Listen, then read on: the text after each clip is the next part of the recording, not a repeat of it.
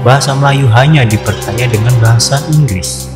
Bahasa Indonesia juga diperkaya dengan pengaruh-pengaruh kosakata dan struktur dari bahasa asing. Assalamualaikum warahmatullahi wabarakatuh. Welcome back to my channel. Selamat datang yang sudah bergabung dengan channel Junot Voice. Saya ucapkan banyak terima kasih sebelumnya. Gimana kabar teman-teman semuanya? Semoga baik aja ya. Pada kesempatan kali ini saya ingin mengajak teman-teman semuanya untuk melihat video atau mereaksi video, dimana video ini ditayangkan di TVRI Bengkulu ya. Ini masih membahas mengenai bahasa Indonesia, asal-usul bahasa Indonesia dan bahasa Melayu seperti itu ya. Karena ini masih menjadi polemik ya, perbincangan di masyarakat kita, apalagi juga di masyarakat Malaysia gitu khususnya. Sebelum ke videonya, teman-teman jangan lupa tekan tombol like, subscribe, dan like ya, lalu share. Oke, nggak usah pakai lama, check it out. Kita mempergunakan bahasa Indonesia itu sejak kapan sih, dan apakah bahasa Melayu itu yang digunakan pertama kali untuk bahasa Indonesia atau seperti apa, Profesor? Boleh dijawab. Jadi pertanyaan pertama, jadi kapan sih pertama kali bahasa Indonesia itu digunakan? Kurang lebihnya seperti itu ya. Mari kita dengar penjelasan dari Profesor dari Kepala Bidang Pengembangan Bahasa Indonesia. Lanjut. Profesor, ini isu yang selalu menarik ya, diskusi tentang bahasa Melayu dan bahasa Indonesia. Faktanya begini ya, fakta yang menurut saya benar ya. Pertama, faktanya adalah bahasa Indonesia itu berakar dari bahasa Melayu. Dan itu fakta yang tidak bisa dibantah. Siapapun akan mengatakan hal yang sama. Tidak mungkin dikatakan bahasa Indonesia berasal dari bahasa Jawa misalnya ya, nggak mungkin itu. Dari bahasa Beda Melayu. Sekali ya, dok. Oh, Profesor Endang Aminuddin Aziz. Jadi benar ya faktanya. Kita nggak bisa dibantah, faktanya adalah bahasa Indonesia itu akarnya dari bahasa Melayu ya, bukan dari bahasa lain. Cuman ada kelanjutannya ya. Ya, itu satu.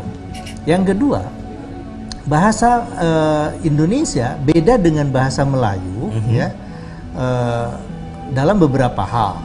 Ya, bahasa Indonesia bergerak kepada satu arah, bahasa Melayu bergerak ke arah lain. Maksud saya begini, misalnya pengayaan bahasa Indonesia, struktur bahasa Indonesia itu sudah beda dengan bahasa Melayu. Bahasa Indonesia mengalami pengayaan bukan hanya dari bahasa daerah.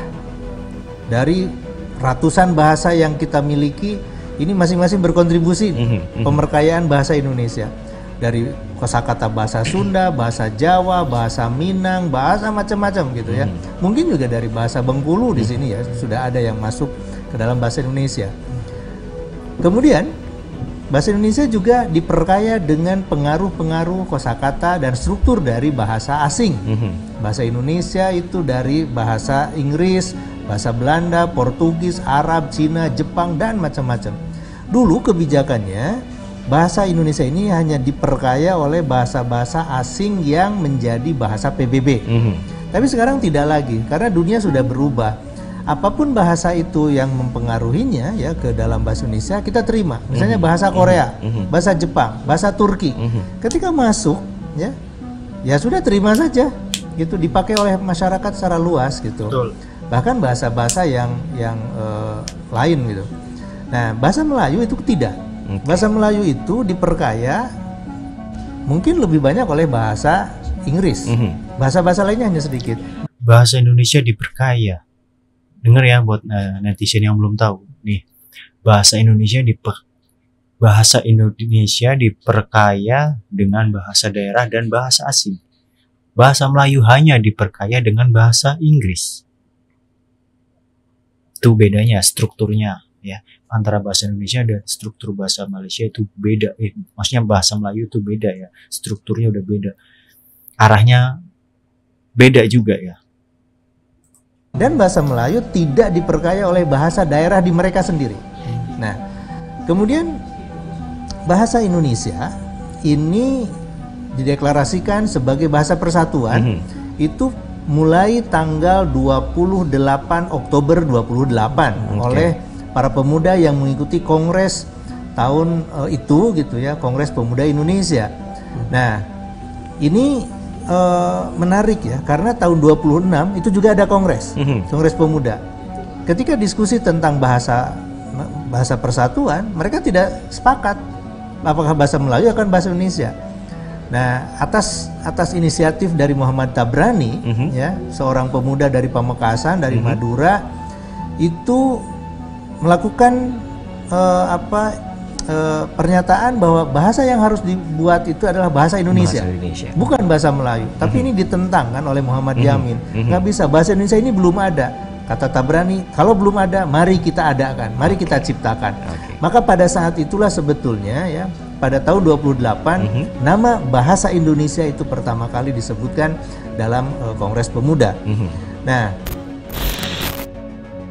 dari penjelasan Profesor Aminuddin tadi, terlihat jelas bahwa bahasa Indonesia didirikan sejak 1928 saat Sumpah Pemuda.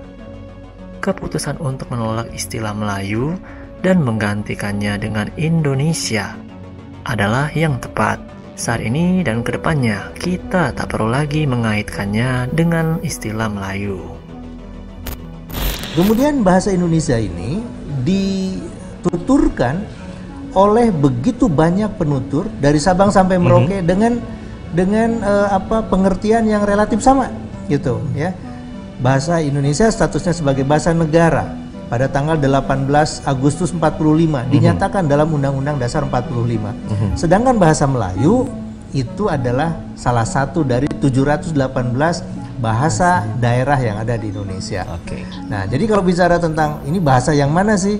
Kita tentu bahasa negaranya bahasa Indonesia.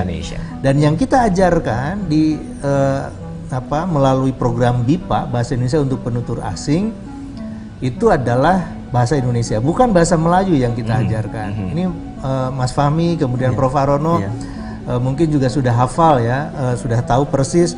Saat ini kita punya kerjasama dengan mitra-mitra kita di luar negeri. Oke guys, berikut tadi adalah penjelasan di mana Profesor Aminuddin kalau saya menjelaskan perbedaan sangat jelas ya, signifikan perbedaan bahasa Melayu dengan bahasa Indonesia.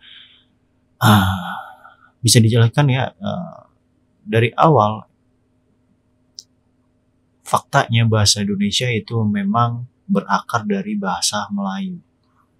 Namun kedepannya arahnya struktur bahasa Indonesia itu berbeda dengan bahasa Melayu gitu.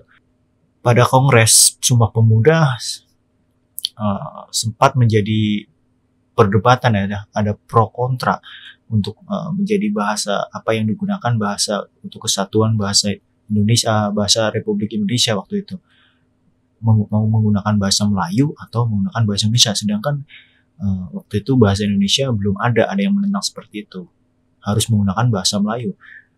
Namun ada salah satunya yang menegaskan bahwasanya kalau belum ada, mari kita ciptakan bahasa Indonesia itu gitu.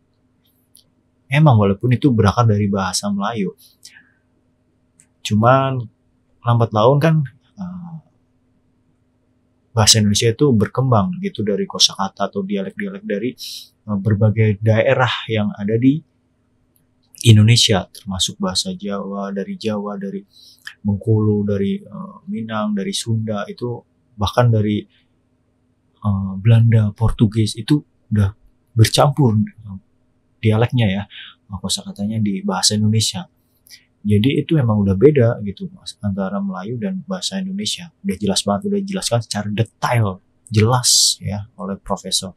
Jadi untuk masyarakat Malaysia yang khususnya menentang dan tidak mengakui bahasa Indonesia itu, selalu bilang bahasa Indonesia itu adalah bahasa Melayu gitu.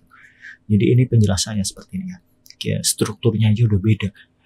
Oke teman-teman, mungkin ada tambahan jika ada kesalahan pengucapan atau pemahaman penjelasan dari saya mohon maaf. Saya Junot ucapkan terima kasih. Undur diri. Assalamualaikum warahmatullahi wabarakatuh. Bye.